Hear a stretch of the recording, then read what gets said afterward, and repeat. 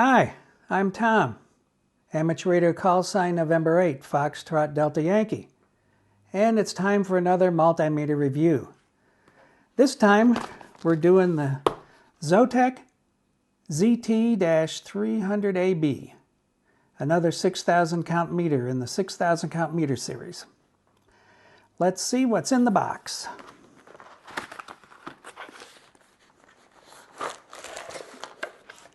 All right, we got a manual, we got a nice pouch to keep it in, and of course the meter. It's a nice compact meter, and let's take a look at the manual. It is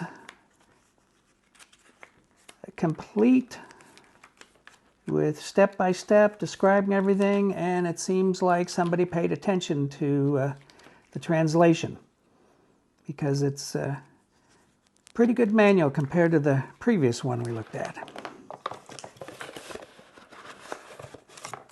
There's also a manual for the Bluetooth app. So this supports Bluetooth communications, so you can remotely look at the meter from your phone. It also comes with a thermocouple, because this will do temperature measurements. And it comes with the standard test leads that are a little stiff. Of course, they're not gold-plated. And they feel a little oily, so don't forget to clean them. Use some alcohol and clean off your tips, because that oil will get in the way of testing. But we're not going to use the test leads, because we're going to judge the meters, not the leads. And I always use these pretty flexible banana plugs that I got off of Amazon. And then I also use these little converters that convert banana plugs to a little grabber. So,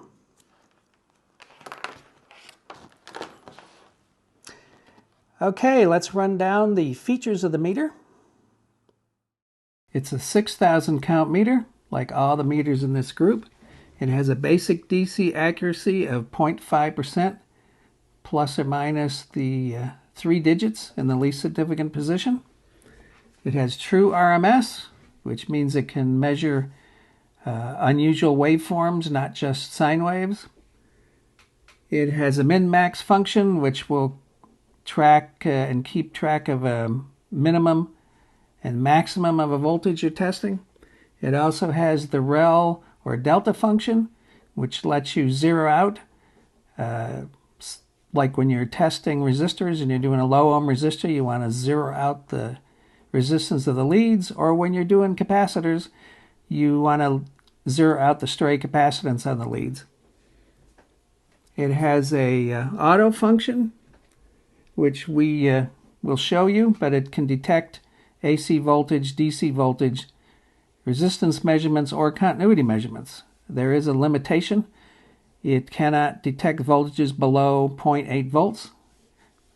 That way they can keep track of whether you're doing resistant measurements or voltage measurements, but we'll demo that later. It has a K-type thermocouple, which lets the meter measure temperature. We're not going to really deal with the temperature part. And it has a Bluetooth smartphone app that has an iOS and an Android app. I only have iOS devices, so that's what I'll show you. It comes with a little carrying pouch. It's got 2 AA batteries and a 1-year warranty. The manual says the backlight stays on for 2 minutes.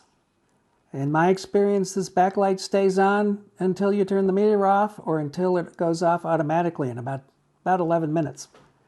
So, you know, I love backlights, so I'm okay with it not working as described in the manual, but that makes me wonder if there's something wrong with this meter. There is one other anomaly with the meter. The DC voltage range only has 900 kiloohm resistance. Usually DMMs have about 10 megaohms.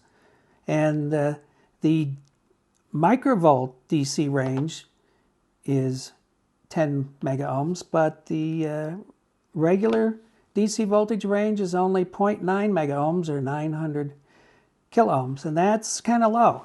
So it could be just this meter, because this is a sample of one, so every once in a while things go wrong when you build a lot of devices.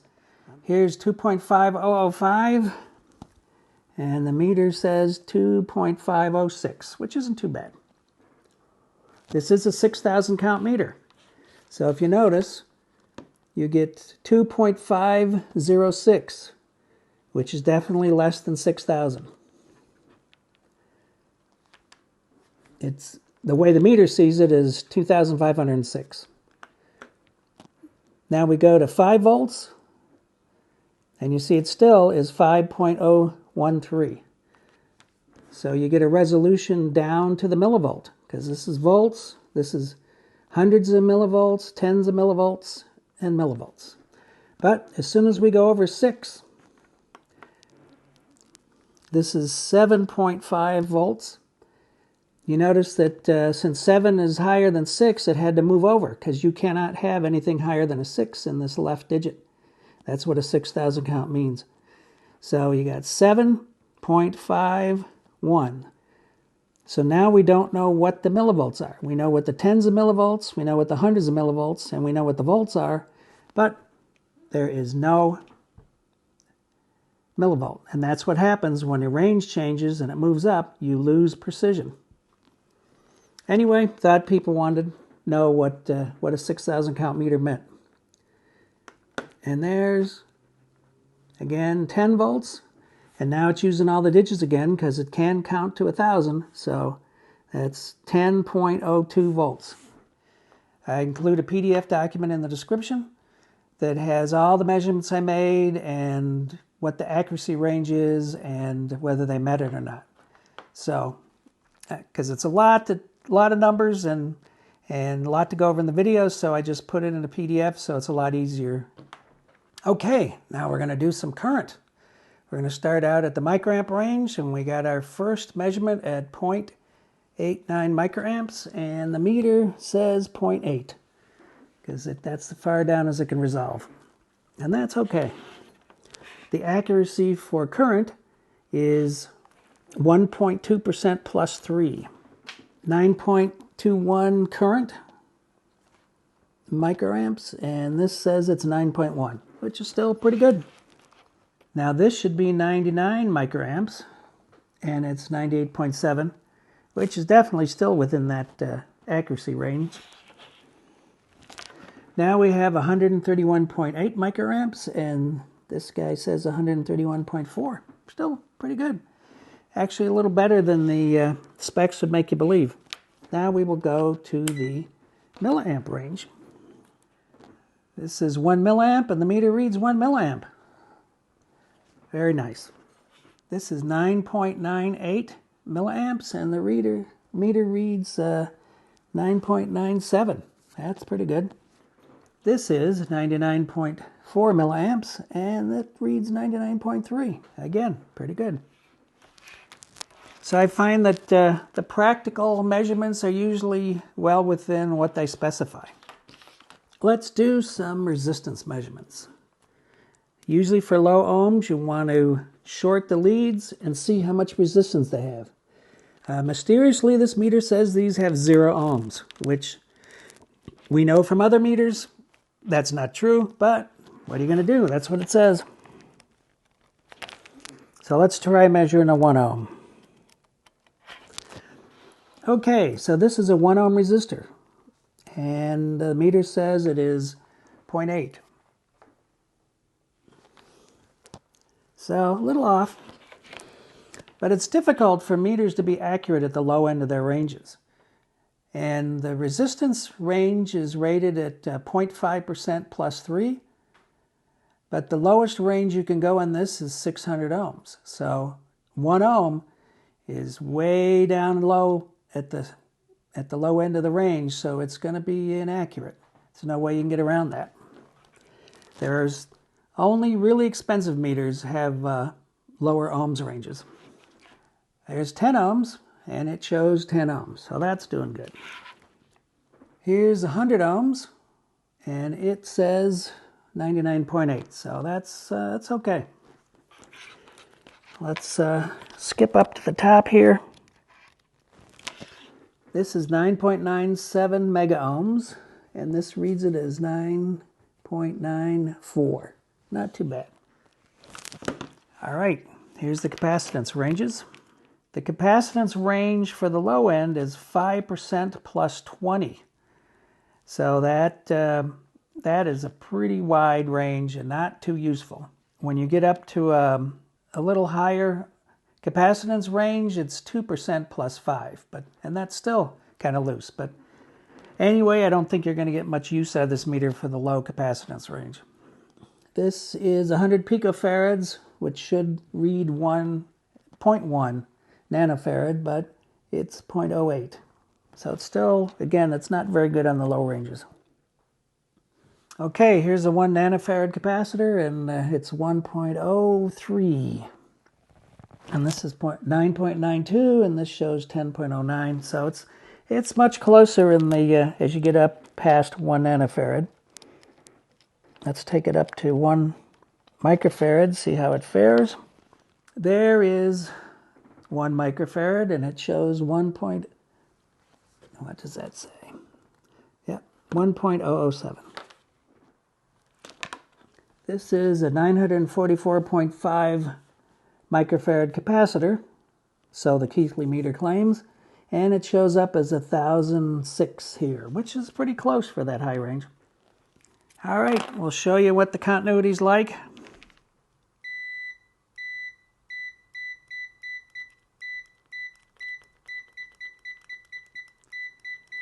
Skips fast. It's not fast, but it does latch. So it's okay. It's okay for me. Now we're going to talk about the auto range. Some meters have auto ranges, and they're all different. This one has an auto range, and it can detect AC volts, DC volts, or resistance, or continuity. So let's put it into auto. And again, if we touch together and it shows shorted, it treats it like continuity. Now you notice it takes a while because it has to figure out what's going on. So it's not as fast as if you're on the dedicated continuity mode. Now if we feed some DC voltage into it, automatically detect that it's DC and tell you what the voltage is. Now I also brought out the arbitrary waveform generator to get some AC. And of course you may be able to hear the little noise in the background. In the auto range with voltages, I decided to give it a complicated situation where it has a signal that has 2 volts AC, but it's offset by 2 volts DC. And let's see what the meter says. And the meter says it's 2 volts DC. And I believe that's because 2.0041 is bigger than 2.0014. So if we increase the AC voltage,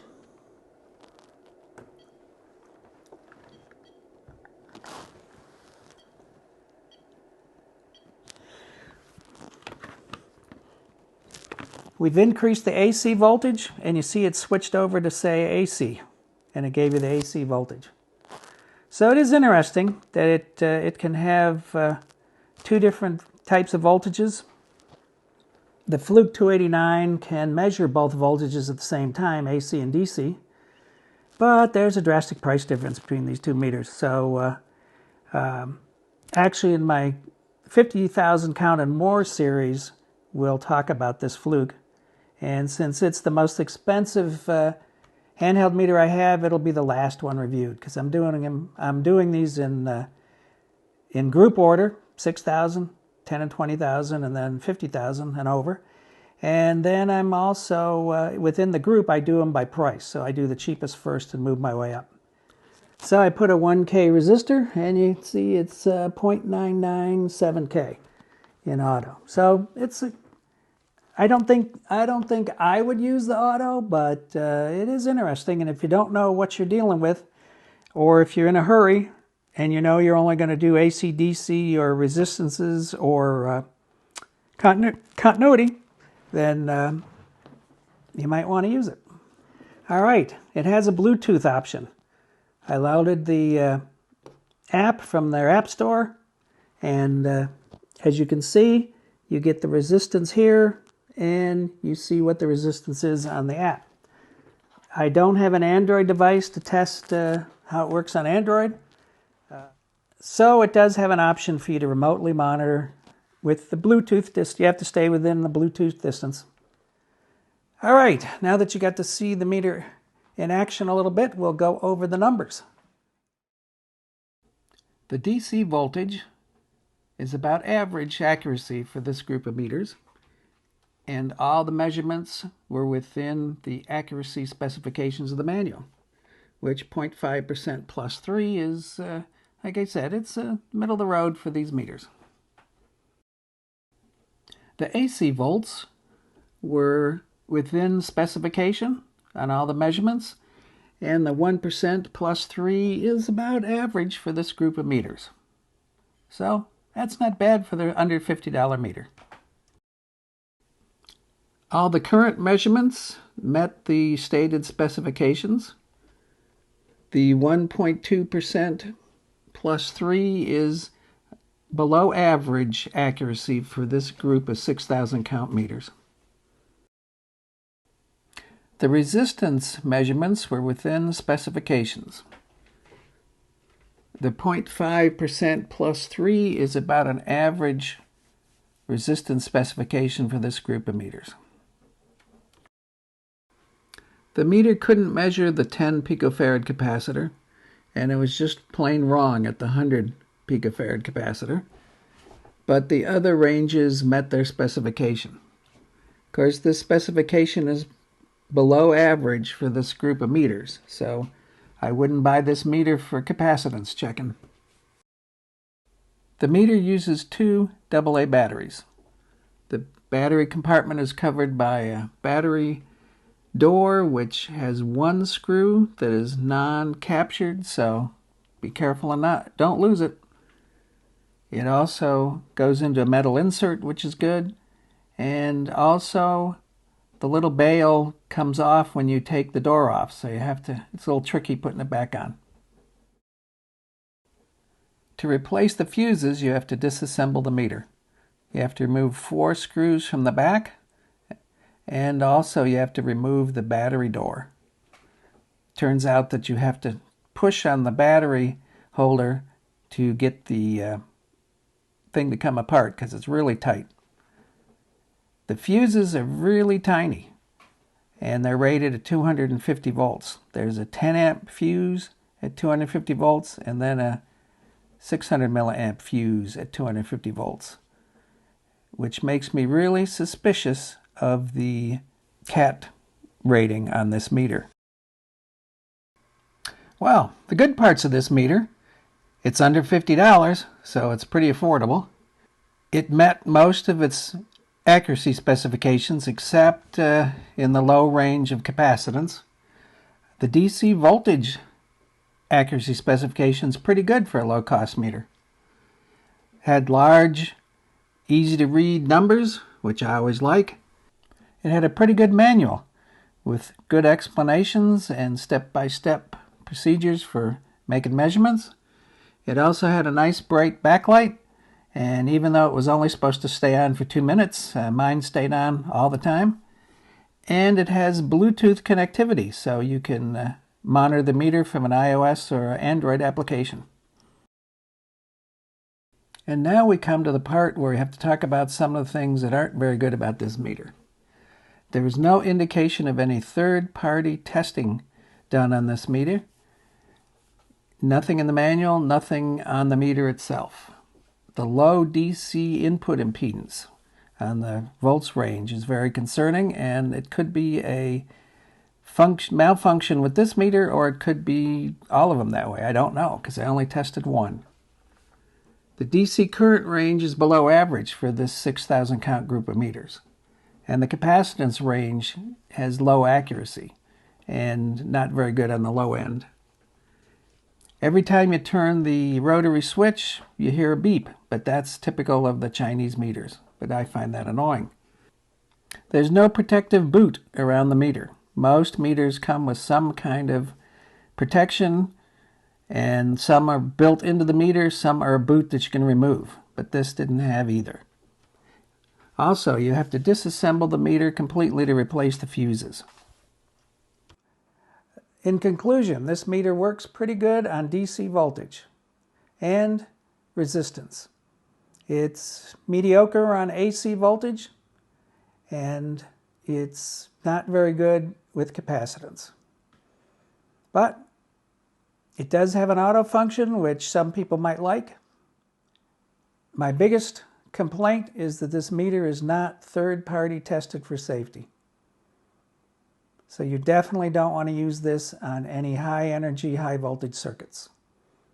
So if you stick to electronics run off batteries, you should be fine.